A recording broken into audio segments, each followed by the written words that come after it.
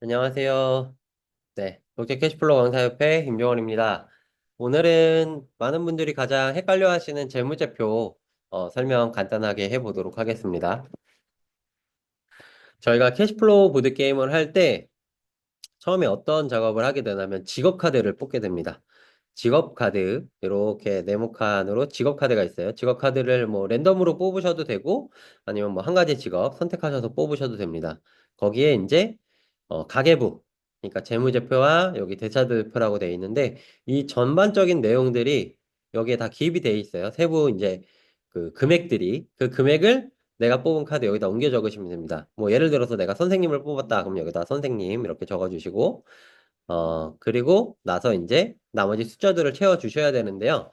어려울 거 하나도 없습니다. 그냥 보고 적으시면 돼요. 일단 첫 번째, 여기 수입을 적게 됩니다. 뭐 예를 들어서 300만 원이다. 그러면 여기다가 300만 원 이렇게 적으시면 되고요.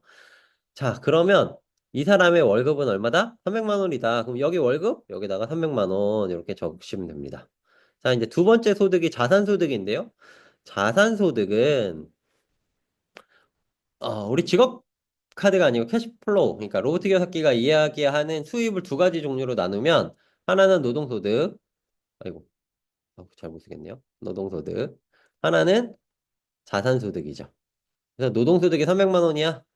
난 자산소득이 아직 없어. 그럼 우리는 자산을 만들어서, 내가 모아놓은 돈을 가지고 자산을 사서 자산소득을 만들어야 되겠죠?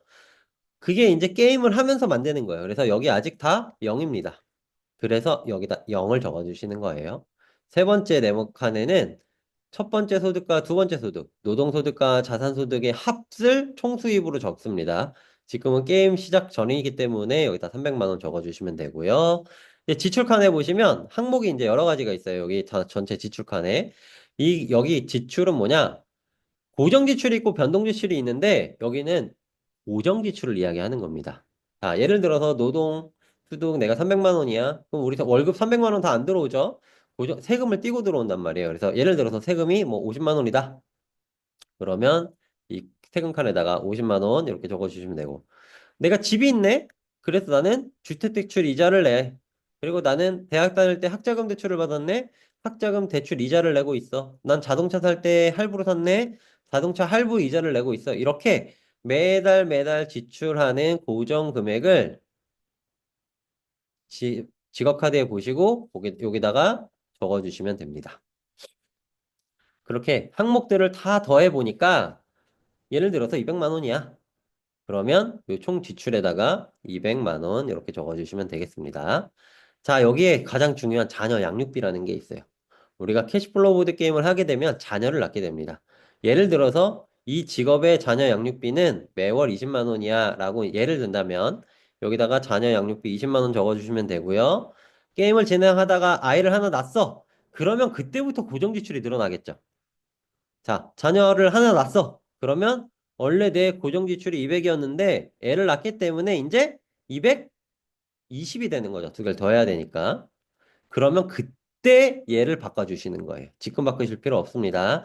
자녀를 낳게 되면 바꾸는 겁니다. 예를 들어서 두 명을 낳았어. 그러면 이제 40이 고정지출로 나가겠죠. 그러면 240이 되는 거고 내 고정지출은 240으로 늘어나게 되는 겁니다. 아이를 낳게 되면 이 고정지출은 바뀌게 된다라고 알고 계시면 될 것 같고요. 그리고 여기서 이제 제일 중요한 개념이 요 4번 안에 있습니다. 4번. 또 부채.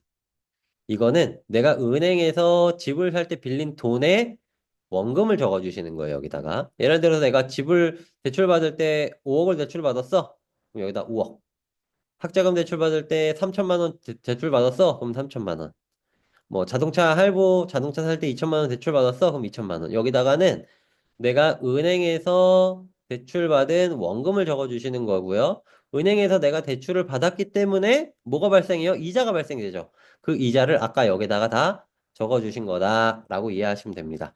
게임을 진행하면서 부채 상환을 할 수도 있어요. 예를 들어서 이 사람은 실질적으로 통장에 매월 얼마씩 남나면 300만 원이라는 돈이 월급 통장으로 들어오지만 매월 얼마씩 나가요? 200만 원씩 나가는 재무제표를 갖고 있는 거잖아요. 가계부를 갖고 있는 거잖아요. 그럼 실질적으로 이 사람은 매월 100만 원씩 돈이 남게 됩니다. 자, 100만 원씩 뭐 20개월을 저축했어. 그럼 2천만 원이 되죠. 그럼 나 2천만 원 모았네. 나 2천만 원 이걸 가지고 나 뭐 신용카드 할부를 갚을 거야. 자동차 할부를 갚을 거야. 라고 해서 예를 들어 갚았어요.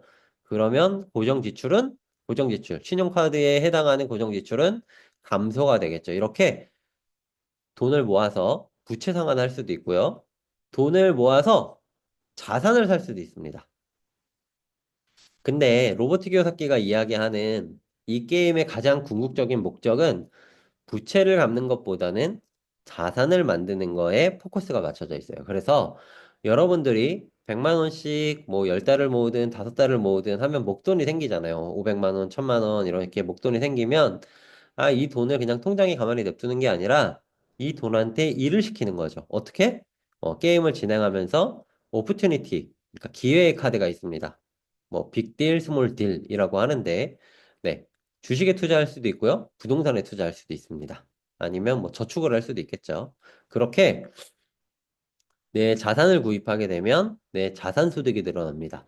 예를 들어서 내가 부동산에 투자를 했어. 그래서 순이익이 뭐 500만 원이 돼. 50만 원이 돼. 그러면 자산소득 50만 원 이렇게 적게 됩니다. 나중에 이제 부동산을 구매하게 되시면 그러면 0이었던 자산소득이 50만 원이 된 거예요. 그러면 이 사람의 총소득은 350만 원이 되겠죠. 그래서 지우개와 연필을 갖고 300만 원이었던 내 소득이 자산소득이 50만 원이 늘어났기 때문에 이제 350이 되는 거예요. 그러면 저축할 수 있는 금액이 300만 원에서 200만 원을 뺐더니 원래 100이었는데 남는 돈이 350이 됐으니까 이제 150만 원씩 돈이 남게 되죠. 그러면 또 이것도 150만 원씩 저축을 해. 그래서 또 목돈을 만들어. 또 만든 돈을 가지고 또 일을 시켜. 그래서 또 자산소득을 또 만들어. 이런 식으로 제일 중요한 개념이 여기 써 있어요. 뭐 어떻게 모두 지우는 방법. 오케이. 일단 아이고 여기에 뭐라고 써 있냐? 여기 이렇게 써 있습니다. 여기에. 만약 자산소득이 당신의 총 지출보다 크다면 당신은 주경주를 탈출합니다. 이게 무슨 뜻이냐? 이 사람의 월급은 300만 원이었고 총 지출은 200만 원이었잖아요. 그런데 내 자산소득이 월세로 받는 임대료 수입이 아니면 나의 순이익이 200만 원보다 높으면 주경주에서 탈출하는 게임이에요. 그럼 어떻게 해야 되겠어요? 내 자산소득을 만들어야 되겠죠. 돈을 많이 갖고 있다고 부자가 되는 게 아닙니다, 이 게임은. 내 목돈을 가지고 어떻게 일을 시키냐에 따라서 내 총 지출보다 더 많은 자산 소득을 만들면 우리 보드판에 보시면 주경주 있죠, 가운데. 여기서 탈출해서 부자의 트랙으로 넘어가야 되잖아요. 부자의 트랙으로 넘어가기 위해서는 내 총 지출보다 더 많은 자산 소득을 만들면 되는 게임이다. 그러면 결국은 어떻게 해야 되냐? 자산을 많이 만드셔야 됩니다. 자산의 형태는 게임에 많이 있어요. 초록색 카드를 읽어보시면 초록색 카드에 여러 가지의 자산들이 있습니다. 그래서 내가 어떻게 투자를 해서 어떻게 자산 소득을 만드는지 시뮬레이션 해보시면서 많은 분들이 탈출을 하시길 기원합니다. 오늘은 이렇게 재무제표에 관해서 간단하게 설명을 드렸습니다. 지속적인 컨텐츠를 계속 업데이트 시켜 드릴 거예요. 그래서 뭐 좀 세부적인 내용까지 잘 달아보도록 하겠습니다. 감사합니다.